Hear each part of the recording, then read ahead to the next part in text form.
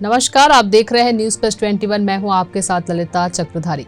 प्रधानमंत्री नरेंद्र मोदी के 8 वर्ष पूर्ण होने के सुअवसर पर पूर्व मुख्यमंत्री व राष्ट्रीय उपाध्यक्ष भाजपा डॉक्टर रमन सिंह का कवर्धा स्थित गांधी मैदान में आगमन हुआ, जहां उन्होंने आम सभा को संबोधित किया। उन्होंने कहा कि सेवा, सुशासन और गरीब कल्याण के लिए समर्पित मोदी सरकार के 8 वर्ष में विकास कार्यों में अद्भुत गतिशीलता दिखी है। सन 1947 में देश आजाद होने से 2014 तक 67 वर्षों में जितना काम हुआ है, उसकी तुलना में मोदी सरकार के 8 वर्ष कहीं अधिक उपयोगी दिखते हैं।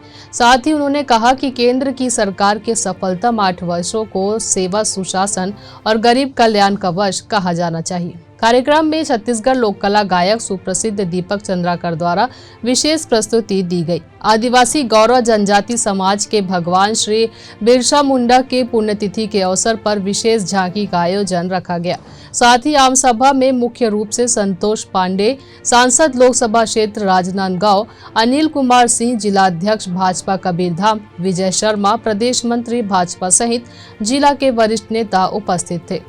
साथ ही सभी भारतीय जनता पार्टी, किसान मोर्चा, जिला एवं मंडल पदाधिकारी, संगठन जिला एवं मंडल पदाधिकारी, कार्य समिति सदस्य एवं समस्त मोर्चा एवं प्रकोष्ठ के पदाधिकारीगण, शहर मंडल के श्रेष्ठ कार्यकर्ता बंधु भाई सभी इस कार्यक्रम में उपस्थित होकर अपनी भागीदारी सुनिश्चित की।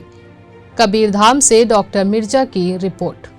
करोड़ों किसानों के लिए उनके खाते में 6,000 रुपया जमा करने की योजना, गरीब कल्याण योजना, गरीब सम्मान निधि की योजना और अन्य योजनाओं का लाभ किसानों को जिस प्रकार मिल रहा है। देश के 50 करोड़ से ज़्यादा लोगों को आयुष्मान भारत योजना में लाभ है। 41 करोड़ लोगों के खाते खुल गए बैंक के, और डायरेक्ट बेनिफिट ट्रांसपोर्ट से सीधा पैसा उनके खाते में विभिन्न योजनाओं के जा रहा है।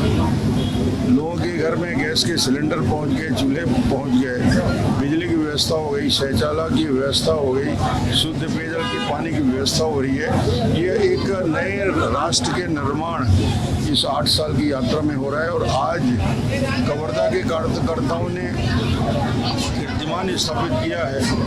45-40 डिग्री में अपने गांव से चल के आए, चिलचिलाती हुई धूप में घंटों यहाँ पे खड़े रहे, और उसके बाद 50 मिनट तक की बारिश और टेंट उखड़ने के बाद भी एक भी कार्यकर्ता वापस नहीं गया, महिलाएं वापस नहीं गई। ये कार्यकर्ताओं की जीवटता दिखाता है कि किस दृढ़ इच्छा शक्ति के साथ हमारे कार्यकर्ता लगे।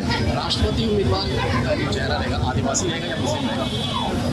ये तो राष्ट्रीय स्तर के नेतृत्व का, केंद्रीय नेतृत्व तय करता है। हम जैसे कार्यकर्ता, हम लोग मतदाता हैं, हम मतदान करेंगे। जो पार्टी का नेतृत्व का निर्णय होगा वो सर्वोपरि है।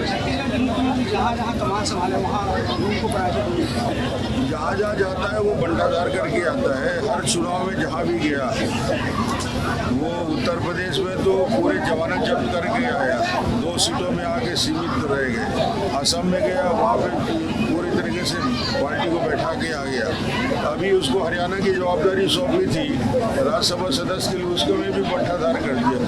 तो भूपेश बघेल जी को जहाँ भेजते हैं, ये मान लेते हैं हम लोग कि वहाँ पे बंटाधार होने वाला है। इनका यही काम है।